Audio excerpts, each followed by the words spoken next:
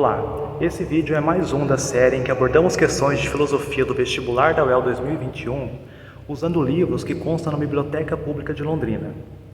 Hoje eu trouxe dois livros. Um é o Filosofando, de Maria Lúcia de Arruda Aranha e Maria Helena Pires Martins, e o outro é o Dicionário Novo Aurélio Século XXI. A questão de hoje aborda Kant e o Iluminismo. Vamos lá? A questão começa assim. Contra o obscurantismo, o Iluminismo e o Esclarecimento sustentou que a ignorância não é uma virtude e que a obediência cega à autoridade é incompatível com nossa natureza racional. A esse respeito, Immanuel Kant foi taxativo. Tem coragem de fazer uso de teu próprio entendimento. Tal é o lema do esclarecimento.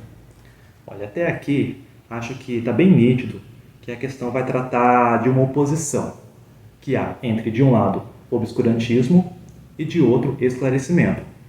Então a gente vai entender a questão e as informações que ela traz dentro dessa divisão, tá bom?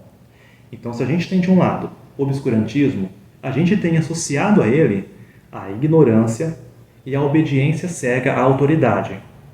Do outro lado, do esclarecimento, temos associado nossa natureza racional e fazer uso do próprio entendimento. Entendeu até aqui? Então vamos lá. A defesa dos benefícios civilizatórios da liberdade do pensamento, da laicidade do Estado e de uma educação pautada nos valores republicanos, extensível aos cidadãos com obrigação do Estado, é outro princípio iluminista ainda bastante atual. Então essa informação aqui, dentro daquela nossa divisão, daquela oposição que a questão trouxe acima, ficaria do lado do esclarecimento, ou seja, do lado do esclarecimento existe um princípio iluminista, e esse princípio iluminista trata da defesa de benefícios civilizatórios.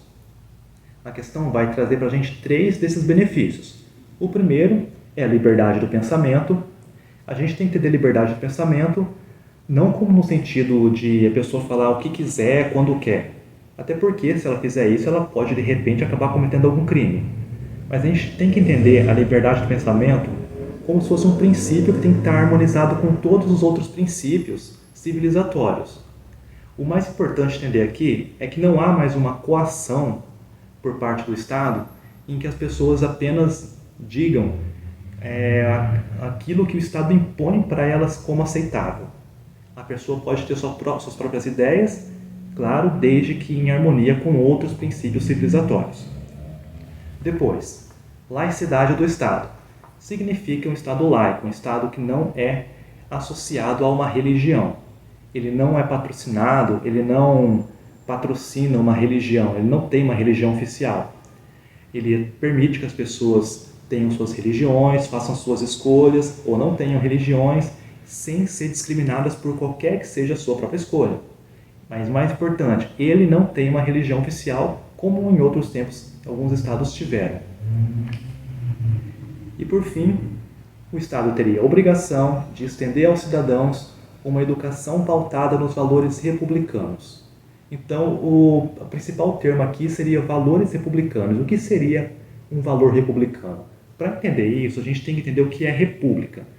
Consultando o dicionário, a gente vê que república aparece como organização política de um Estado com vista a servir à coisa pública, ao interesse comum. Ou seja, república, coisa pública, tem a ver com a comunidade, com o bem comum, aquilo que é extensível a todos. Ela não pode, de forma alguma, estar privilegiando apenas alguma parte. Ela tem que ser sempre com vistas ao interesse comum. Tá? Então, com isso bem esclarecido, vamos seguir. Com base nos conhecimentos sobre o iluminismo, atribua verdadeiro ou falso. Antes de começar, eu acho que nesse exato momento caberia uma leitura do livro Filosofando, escrito por Maria Lúcia de Arruda Aranha e Maria Helena Pires Martins. Olha só o que vai falar aqui e depois a gente vai direto para as alternativas. Segundo Kant, um dos mais notáveis representantes do iluminismo alemão, apenas nesse período o ser humano atinge a maioridade e, como dono de si mesmo, confia na sua capacidade racional e recusa qualquer autoridade arbitrária. Exalta a ciência e deposita a esperança na técnica, instrumento capaz de dominar a natureza. Seu otimismo transparece na convicção de que a razão é fonte de progresso material, intelectual e moral, o que leva à crença e à confiança na sua perfectibilidade. Em síntese, pela razão universal, o ser humano teria acesso à verdade e à felicidade. Agora, direto, vamos para a primeira alternativa. O iluminismo instituiu a crença no progresso da humanidade, expressa na confiança de que o exercício, tanto individual quanto coletivo, da razão, faria a humanidade alcançar um estágio de maior realização das potencialidades humanas. Eu li esse trecho do livro de propósito, bem antes dessa alternativa, porque ela é muito parecida com o livro. Parece até que a pessoa resumiu algumas frases desse trecho que eu li. E por isso ela é verdadeira, porque de fato o iluminismo instituiu a crença no progresso da humanidade, expressa na confiança de que o exercício da razão faria a humanidade alcançar um estágio maior de realização. É o que fala aqui. Pela razão universal, o ser humano teria acesso à verdade e à felicidade. É bem parecido o que a alternativa traz e o que o filosofando traz. Então essa é verdadeira. Olha a próxima. O iluminismo consistiu na substituição da autoridade do clero e da nobreza pela autoridade da filosofia, tendo em vista que a filosofia, amparada numa tradição reflexiva milenar, possui condições mais objetivas de criar consensos para a ação.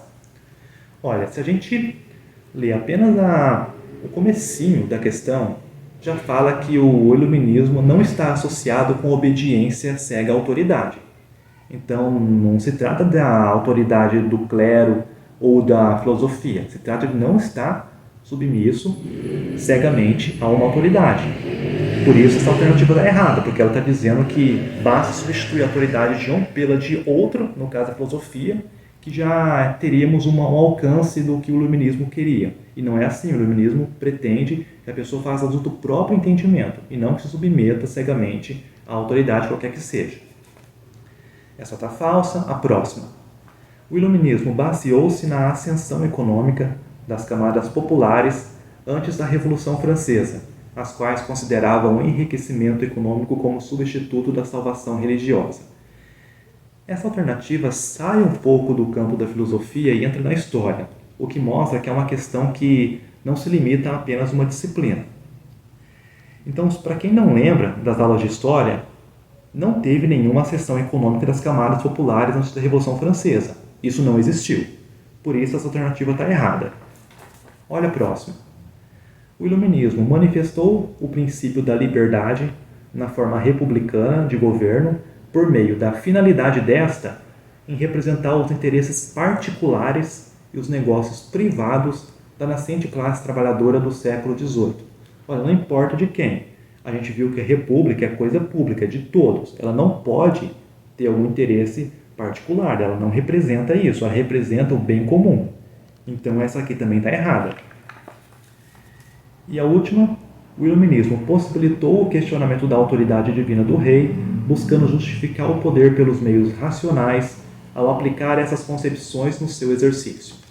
Essa aqui também está certa, porque ela traz de novo a questão da autoridade. Se antes a forma de governo era baseada numa autoridade sem questionamento, com o iluminismo tem que se ter uma forma de governo através de uma justificativa racional e não somente se submetendo a uma cega autoridade.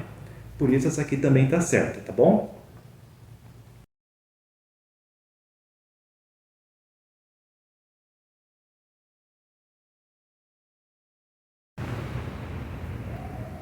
Bom, pessoal, acho que ficou claro como que a leitura de um pequeno trecho de um livro ajudou a gente a resolver uma questão do vestibular. E também como que o tema do iluminismo aparece na prova. Por hoje é só, bons estudos!